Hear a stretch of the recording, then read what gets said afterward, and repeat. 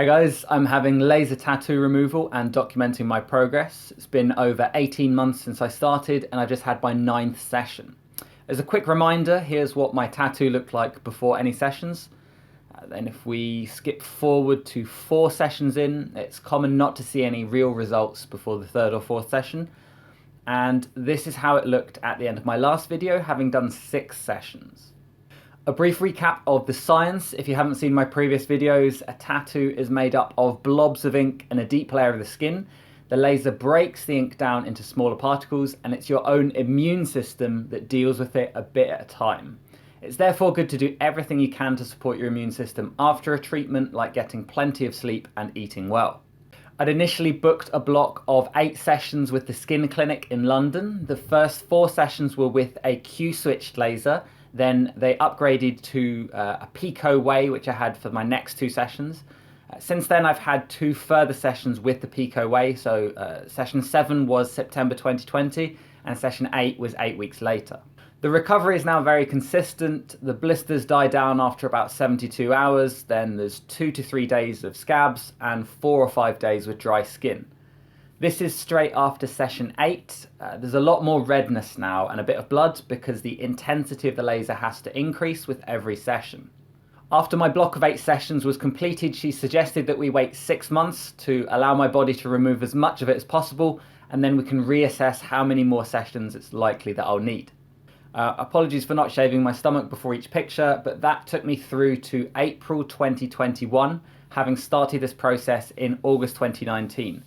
You can see some areas have faded better than others, but progress is definitely being made. I moved house over Christmas, and instead of travelling into London for the treatments, I found a local clinic called RTW Skin. It's a little more expensive per session at $150, but the previous deal I had was half price, so a full price session in that would have been around $200. RTW Skin use a Q-switched laser, but it has multiple wavelengths to remove all tattoo colours. Why should I care about colour if my tattoo is black? Well, the clinician said that it's very common for tattoo artists to mix in blue to achieve a darker finish, and she believes that's what's happened with mine in the areas that are less faded.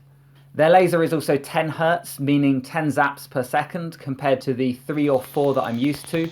The laser is also more concentrated as the required intensity increases, so it's a smaller dot. This was a completely different experience. She also used cool air with her other hand at the same time. Overall, I'd say this was slightly less painful than previous sessions. You can see the top section where she had to do another test patch, which was done 2 days prior to the main treatment. There was more blood this time around as the skin was broken, and that's a trend that is meant to continue, lucky me. And while it certainly wasn't pain-free, it didn't hurt as much as it looks like it would. Interesting, the recovery protocol was different from the Skin Clinic. The woman that dealt with me has done her advanced tattoo removal training, and she told me it's best to take the bandage off as soon as you get home. This is in contrast to the previous clinic, which said to keep it on for 24 hours. The reason to take it off is because the tattoo needs to get air at it to aid recovery, and leaving the bandage on too long can dry it out, meaning the scabs heal to the bandage, which was something I experienced with the other protocol. So this is me removing the bandage about an hour after the session. You can see there's patches of blood. I let it air dry for 3 or 4 hours before washing it with warm water and applying some moisturising cream.